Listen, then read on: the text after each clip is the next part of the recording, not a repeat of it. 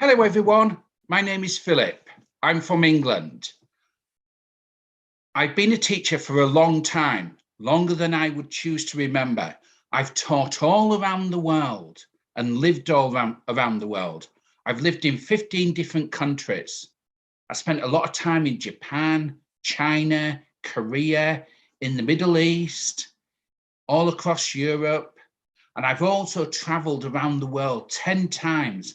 I've been to 140 countries across the 7 continents. Took me 30 years.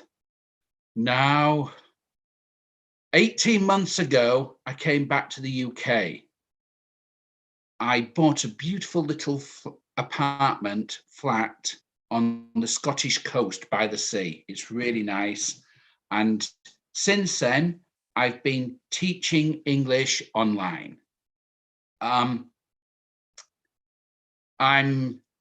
I love teaching. I love sharing my ideas. I love meeting young people and being motivated to make them learn English and exchange ideas. My major approach to teaching is laughter, good fun, and having a good time. Today, I'm going to discuss to you about phrasal verbs. Now, I was thinking, phrasal verbs for young people, which ones are important? And these are very common ones. The first one we will discuss is to ask out.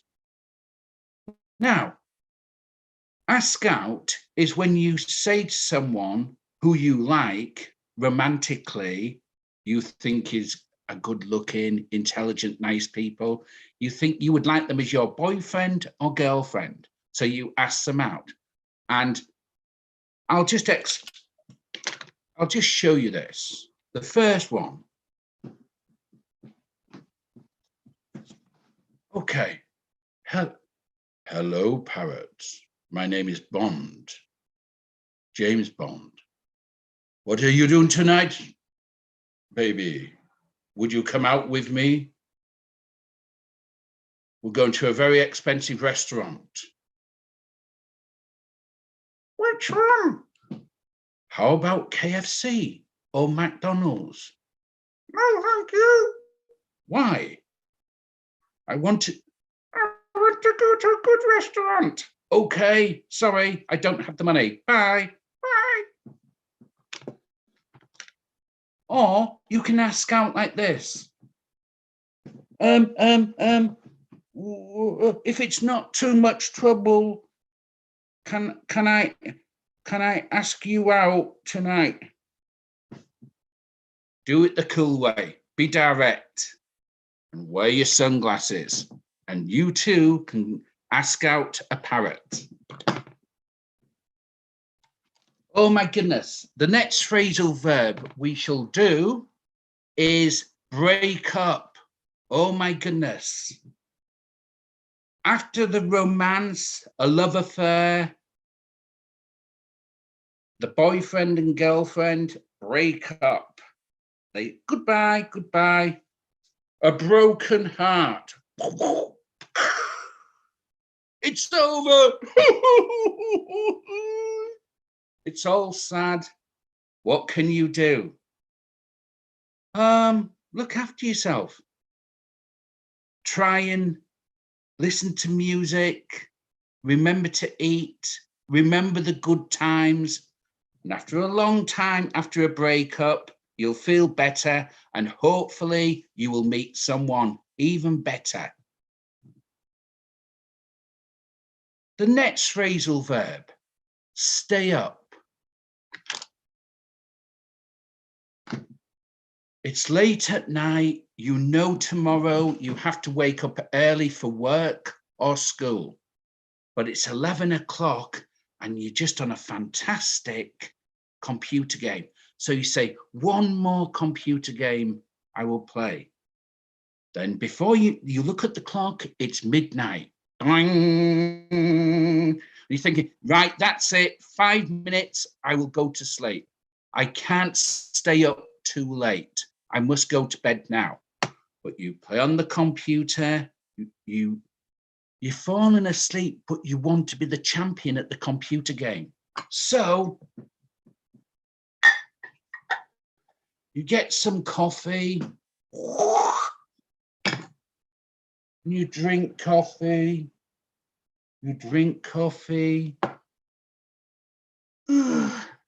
you manage to stay awake, but then it's 2 o'clock. Oh my goodness. And finally you go to sleep, but then 4 hours later, you wake up. Oh goodness, why did I stay up so late? I will be so tired at school. Be organized, go to bed at decent times. At the weekends, stay up later. Okay. The next phrasal verb we shall do is mess around. Just a moment.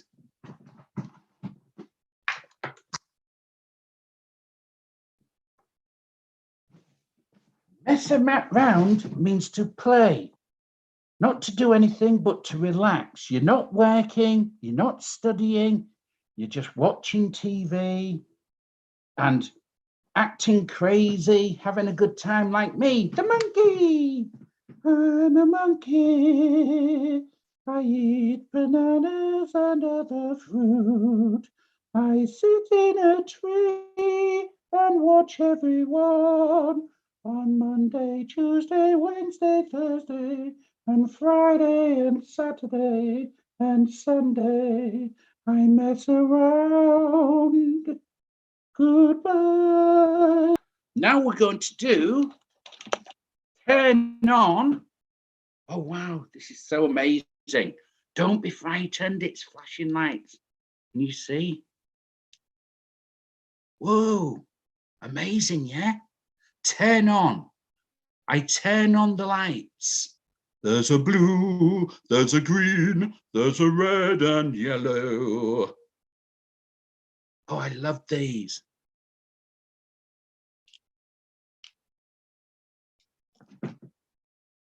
Turn on. I turn on the lights.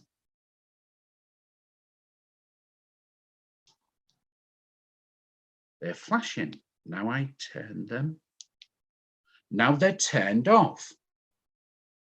I turn them on. I turn them off.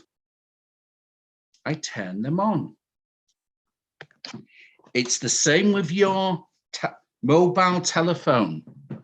When you're in the class studying English, your phone should be turned off, not turned on. Many students say, oh, my mobile switched off. Then you hear, doo -doo, and you hear the phone. I say, I thought it was turned off. They say, so did I. So let's remember, ask out. That's when you act cool. I'm Bond, James Bond. What are you doing tonight? Break up. The broken heart. Goodbye, goodbye. Stay up. Oh my goodness, I'm drinking coffee. It's 3 o'clock in the morning. Mess around. I'm the monkey playing. Turn on, turn off.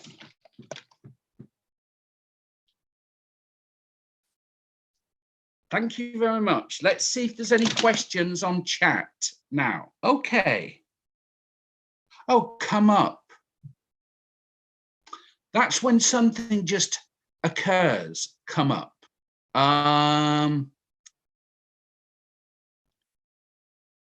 You make an arrangement to meet your friend at the coffee shop at 6 o'clock, but then suddenly your mother calls and says, hey, I need you to come home and tidy your room. And you're like, oh, but I'm meeting my friend in the coffee shop. Your mother says, come on, you said you would tidy your room yesterday. I need you to do it now. Oh, no pocket money. So you telephone your friend and say, sorry, I can't come to the coffee shop until tomorrow because I've got to go home and tidy my room. That's what come up means. Something not planned and unexpected. A surprise, or it can be a shock. A surprise is when you win the lottery. Oh my goodness, I'm a millionaire. Shock is, Philip, you got 0 in your examination. Oh my goodness. Okay. The way to better understanding, it's like anything. Practice, practice, practice. You need to, your speaking and listening, you must build them like muscles going to the gym. By doing that, but trying to force yourself to study will not do this. Do things you enjoy. If you have a good time, you will learn English. For example, listen to English music you like. Expose yourself to English. Do not be afraid to use English. Watch English movies. Develop this, and then without any of the writing, the subtitles. So expose yourself to lots of English. My teaching experience. I've taught kindergarten. I specialized in drama, but I've also taught EAP, English for Academic Purposes, at top universities around the world. Again, I have a master's degree in English literature from Manchester University, and I also have a master's degree in education teaching. And I have my certification from the University of Toronto. So I'm very well qualified, and subsequently, I had very good jobs in the past, working on prestigious programs in numerous countries. These would be joint programs with a British or New Zealand or American university with, say, a Japanese university. And I would be preparing students to go and study abroad in the UK, Australia, US, Canada, etc. But in my younger days, I taught a lot of young children of all ages. As I say, in total, I've taught maybe about 40 or 50 different nationalities, all different levels. Very interesting. Yes, just introduce your phrasal verbs in normal conversation, and they'll become natural. Again, the only way to develop your conversation skills is by using them. You know it yourself. Anything you do is practice and you become better. And it's the same if you are speaking any language. If you're speaking English, Russian, Israeli, German, Latvian, it's the same for any language. You just have to keep practicing, and you'll remove the fear, and before you know it, it will just become second nature. And because it's a second language, you have to force yourself, because many people are thinking, oh my goodness, what if I make a mistake? Don't worry. When you speak your own language, you make mistakes. It's no problem. When I speak English, not always perfect grammar, I make mistakes. It's part of being human. It's part of the communication process. Yes, I have some very funny stories. I'm not sure if I can repeat most of them, but okay. Yeah, so there's been a lot of funny stories. I mean, as I say, some students have said, oh, okay, I'll say one. Maybe I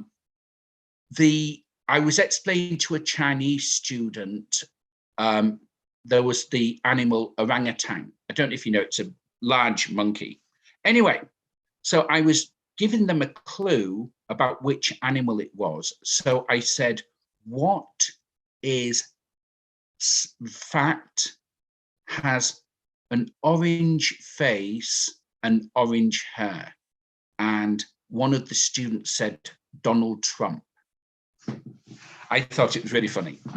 Another time, I think because they knew I found this funny, so I was also explaining about a polar bear. I said, what's very big and has white hair?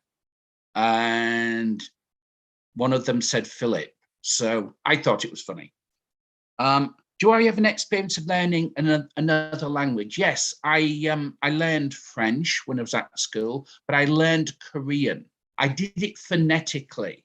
I didn't study, but I just memorized phrases. And again, because I was going to the shops, walking around in Korea when I lived there, I developed it just by experience, the immersion therapy.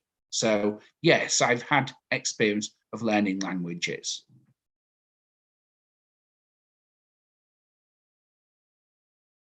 I think that's all the questions now. I've really enjoyed talking to you. Again, remember, make your English learning enjoyable. I always try and do this with my classes. If you're smiling and laughing and thinking this is interesting, English will go into your brain. If you're like, oh my goodness, this is so boring, I'm going to fall asleep, English will go out the other ear. Got it? Okay, lovely to meet you. Have a great day, guys.